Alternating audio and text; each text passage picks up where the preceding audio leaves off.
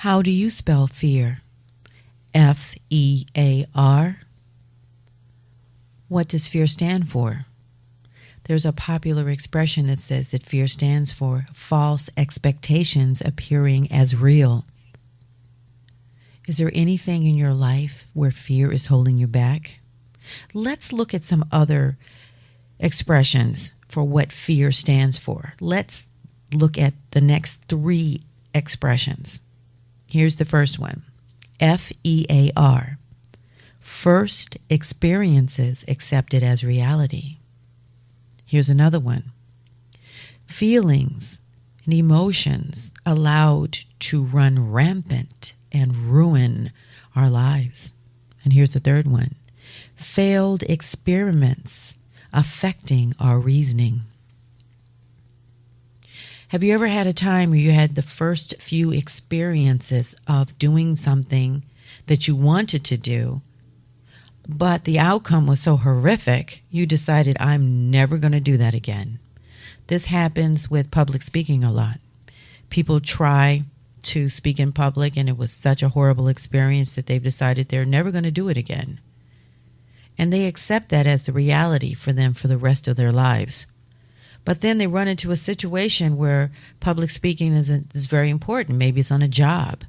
Maybe it's something simple but really, really valuable and meaningful, such as making a toast at a wedding or being called upon to speak in front of a group of people on a critical subject. And suddenly they remember the vow that they made.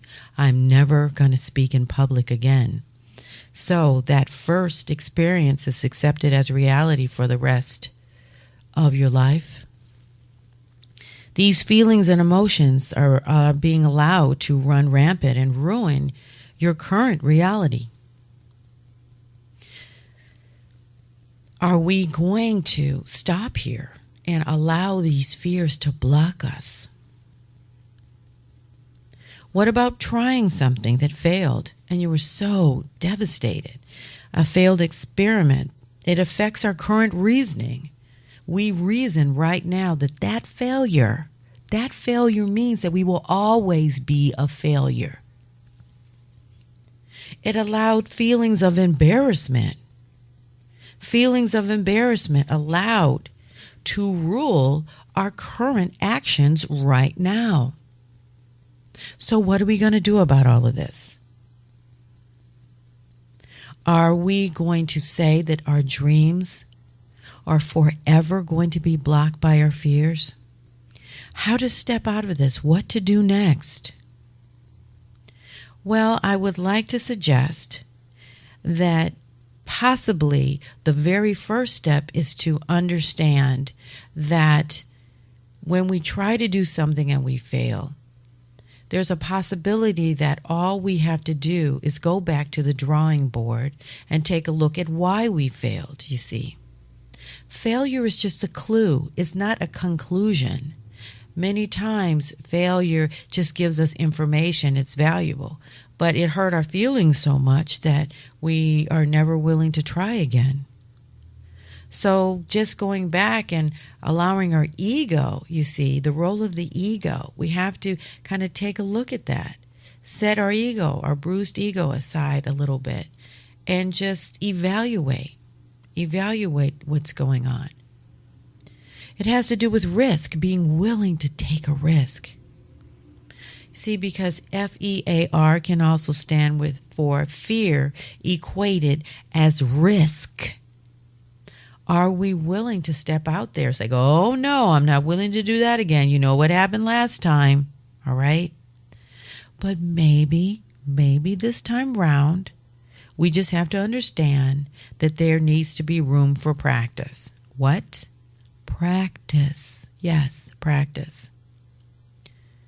The greatest people in the world, whether we know it or not, they're somewhere practicing.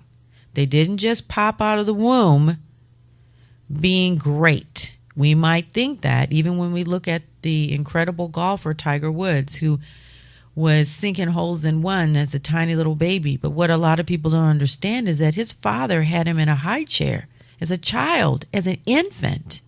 He was watching his father play golf as a baby. And what many times we don't understand is that teeny tiny little children, they are watching and they are learning as babies. And as adults, many times we stop learning. We're not willing to learn. So going back to the drawing board and practicing is possibly all we need to have a better experience. As far as public speaking is concerned, there's an organization called Toastmasters International. You can look them up on the internet. You can go and you can practice public speaking there in a very, very safe environment. And you can learn to speak in public so that when you step out in front of your job, when you step out to make that toast, you step out in that community meeting, you step out in front of your congregation or whoever you want to speak to, you will have practiced in a safe place. The other thing to deal with many times as far as what holds us back is our perfectionism. We want to be perfect. We want to win a gold medal the first time out. Please put your perfectionism aside. Allow yourself room for perpetual progress. Allow yourself room to grow. Everything in our lives is organic, meaning it grows. Your skills will grow too. Your experiences will grow too. Know that fear is there for a reason. Fear is very healthy. Fear can be a messenger. It can just be saying, stop, look, and listen before you attempt to do something. Fear does not have to be this incredible thing that we're never, ever supposed to feel. All we have to do is that we just have to know that we need to just find out. You see, the F can be for the find and evaluate the situation, you see, to find out if it's an acceptable amount of risk, okay? So find and evaluate the acceptable risk involved with what you're doing. And if it's an acceptable risk, don't let it hold you back. But what if you need more information about how to do what it is that you're trying to do? Well, here's 2 more examples about how to deal with that, how to answer that situation. F.E.A.R. can be find expert advisors and resources. Don't try to do everything on your own. How do you find these people? You can start out at the library. You can type into the internet how to, and then just fill in the blank. How to do anything that is that you're trying to do. If it has something to do with a business, there's an organization called the Small Business Administration. It's the SBA. They have people that are part of a program called SCORE. And SCORE are retired business people who are experts in their particular field who will sit down with you and actually help talk you through how to set up a particular business. There's all kinds of associations. There's a book in the library in the resource section, and it's an encyclopedia of associations. You can ask the librarian to help you find it. There are all types of associations for all kinds of things that there are to do in the world. And associations are people that belong to a particular group, and you can go and you can find out information about them. Most cities have Chamber of Commerce. Lots of business people belong to your local Chamber of Commerce. You can go and you can find information about how to be successful in business by talking to other people, other business people who go to Chamber of Commerce meetings. So there's lots of different avenues to find out the information that you need in order to determine whether the risk that you want to step out on is acceptable to you or not. If it isn't going to cause bodily harm, if you're just shaking in your boots and having sweaty palms, why don't you decide to just get over it? Use a technique that's called visualization. Take a deep breath, and if you're driving, don't do this one now. You want to wait until you are somewhere safe. You want to close your eyes, and you want to say an affirmation. And an affirmation is simply stating in the positive that you currently are that thing that you wish to be. You're saying, I am a public speaker. Now, you might want to say, well, why would I want to say I am something that I am not? You start to tell your subconscious, your mind, your consciousness that you are currently that thing that you wish to be. You combine that with a vision of yourself being that thing, being that person, having already achieved what it is that you want.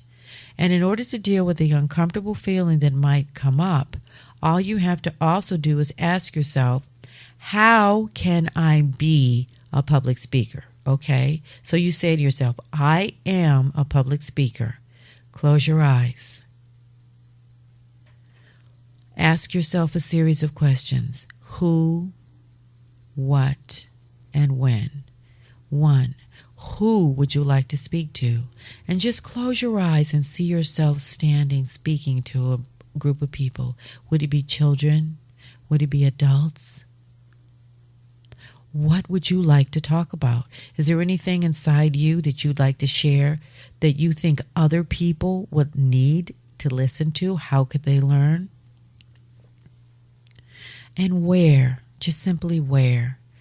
Would you like to speak outdoors? Do you see yourself standing on a platform at a summer festival, speaking in the park? Do you see yourself speaking in front of a group of people, in front of a congregation?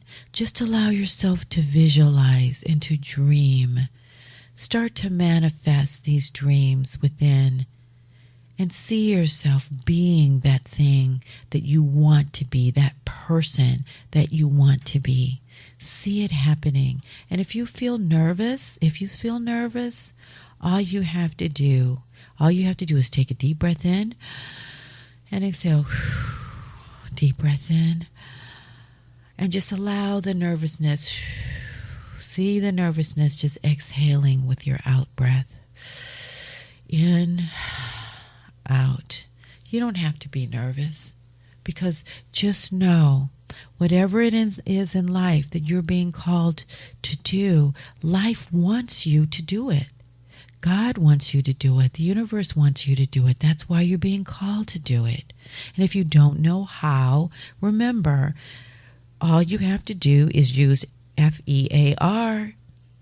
to spell out something positive. You're going to find expert advisors and resources. And then you're going to use F.E.A.R. in a positive way to follow expert advice and recommendations, you see.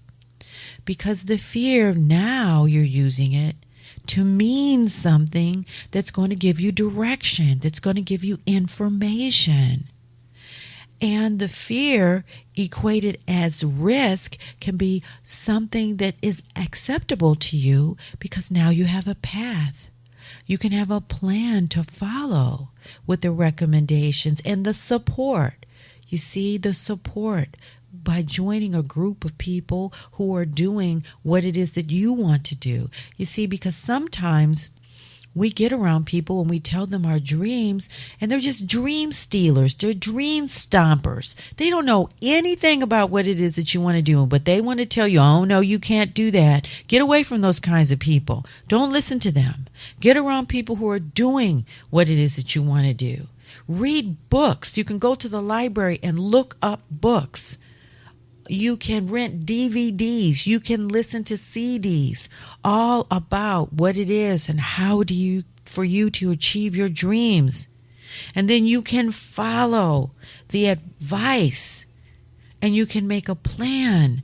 So therefore, instead of having a false expectation, you can have a fabulous experience that is truly appearing in your life as reality, because you are now creating that fabulous experience. So take F.E.A.R.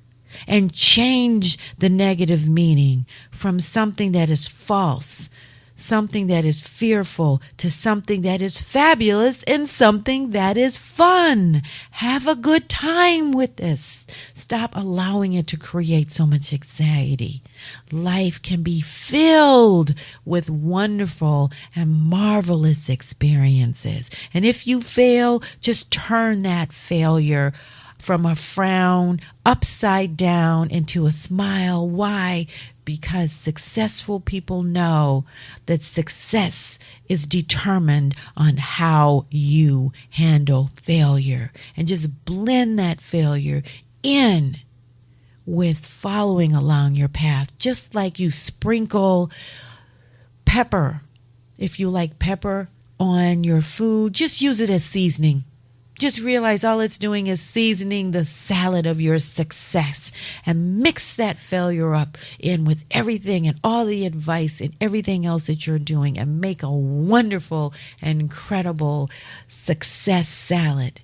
And know that life is very much like that. Life is like that. Many things are going to be mixed in with your experiences in life. But know that you can have a fabulous experience, and our fears no longer have to be the end. They can be the beginning.